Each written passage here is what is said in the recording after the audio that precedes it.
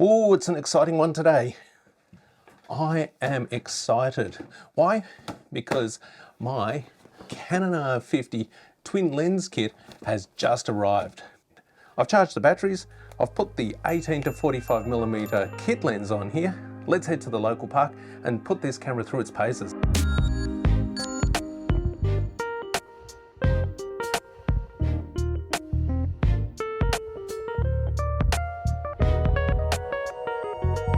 The Canon R50 was released earlier this year and finally gives us features that were not available in the Canon M50 or the M50 Mark II. I've had the M50 for 5 years, since it was released back in 2018, and it has been an amazing camera. But today, let's look at the Canon R50 and see some of the features that make this stand out as the camera for content creators. The Canon R50 has Canon's 24.2 megapixel CMOS sensor, all on this tiny little camera that weighs next to nothing. It is the cheapest entry-level budget mirrorless camera in Canon's lineup that accepts the R-mount lenses.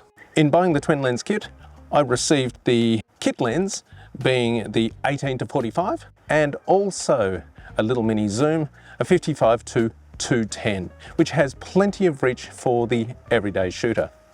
With the money I saved, I was able to purchase the 50mm lens. It is an amazing lens, and it is very, very similar to Canon's Nifty 50 or the Fantastic Plastic. While we're talking about the EF lenses, you can also adapt EF and EFS lenses to the R mount with an adapter ring. There are a few varieties out there, some with ND filters, some with the control ring, and others just with the electronics pass-through. So you have longevity in EF lenses or EFS lenses on the Canon R mount. One thing to note though is you cannot, and there is no adapter available for Canon's EFM lenses that are on the original Canon EOS M, the M100, the M200, the M50. Those lenses simply will not adapt to the R line of cameras. So just bear that in mind when you are looking to purchase your Canon R50. And this is amazing. We now have in a mirrorless entry-level budget camera from Canon the ability for 4K no crop. Unlike the M50, there was a severe crop factor and autofocus was sketchy at times. The R50 now has usable 4K 30 frames per second footage, and we have the ability to use autofocus, and that autofocus is tack sharp. We also have the ability to shoot 12 frames per second in burst mode, and we can actually change that up a little bit to 15 frames a second if we're using the electronic shutter. When you're in NTSC mode, you have 11 video options. If you're in PAL, you only get 6 video options. So if you're setting up your camera and you're wondering why you're not getting some of those options that other YouTubers are talking about, have a look at your settings for NTSC and PAL. Now let's talk about stabilization. Inside this tiny little body, there is no provision for IBIS, in-body image stabilization. Any stabilization is achieved digitally. The camera will crop in slightly onto your image and stabilize that footage. There are 3 levels of stabilization, and each provide progressive stabilized abilities for your footage. Number 1 takes out some of those shakes and bumps, but leaves some of them in. Number 2 gives you more stabilization, and level 3 tries to maintain a level horizon at all times. If you're looking for 100% stable footage, maybe invest in a small gimbal like the Zhiyun Crane M3.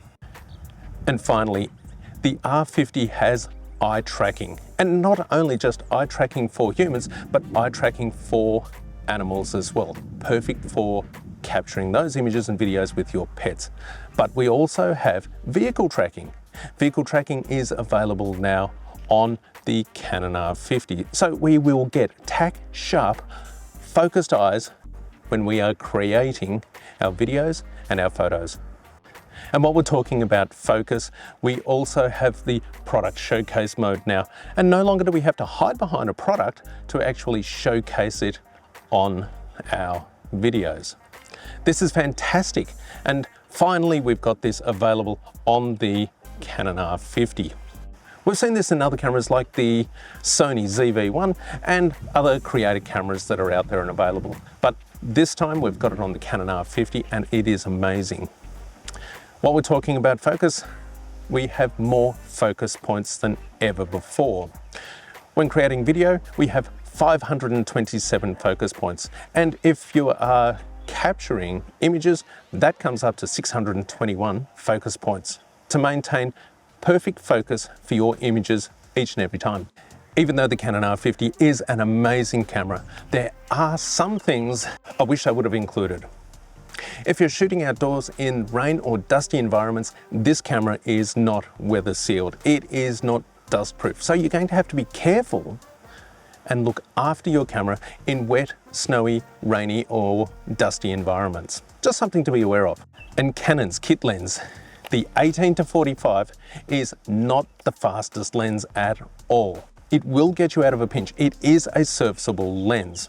I've used the kit lens previously for astrophotography, but if you're shooting cityscapes, it may be a little bit limiting. Now, if you're using the kit lens and you need to do a heavy crop on an image, you might find that that image starts to fall apart a little bit just purely due to the optics in this lens. It is a good lens, but it is a good lens built to a price. Although we have no in-body stabilization, one thing to be aware is that we do have that little crop when we are using the digital stabilization. So as I said previously, you may want to invest in a gimbal or change your video style to best suit the abilities of this camera.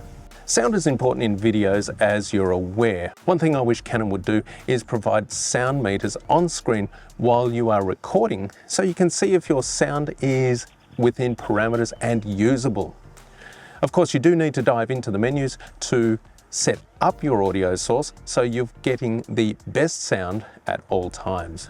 It's a little bit fiddly going through the menus to get to that, but I just wish that there was something on screen that we could see visually, quickly and easily while we're recording, just to make sure that we are within usable parameters.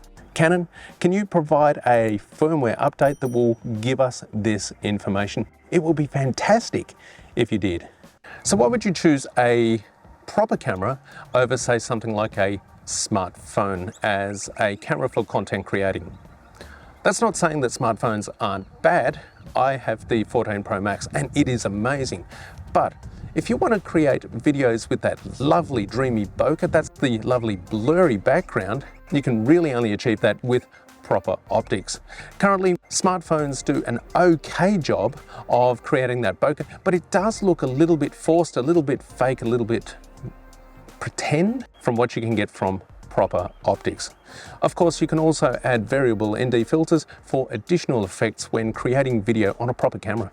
Now, one thing to note is a smartphone does not have an articulating screen, unlike the Canon R50. So we can put the camera in various angles and configurations so we can always frame our shots perfectly. That's something that you can't do with a smartphone. And while we're talking about using a proper camera rather than your smartphone, using a proper camera will give you skills that you can transfer over to using your smartphone. So the skills that you learn on this, you'll be able to transfer to this pretty easily. So you can still use your smartphone and get better shots and videos using this as a tool.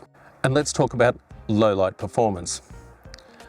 Even though the kit lens is not amazing for its low light performance, you can purchase additional lenses that will give you better performance. Lenses like the 50mm are going to produce fantastic nighttime photos.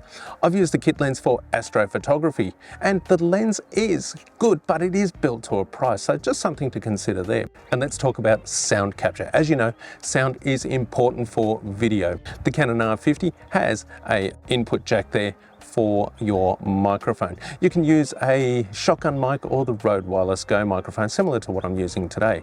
With a smartphone, those microphone options may be a little bit harder to adapt to your phone and to your situations. So having a dedicated input for sound is a benefit that you just can't overlook. So let's sum this up.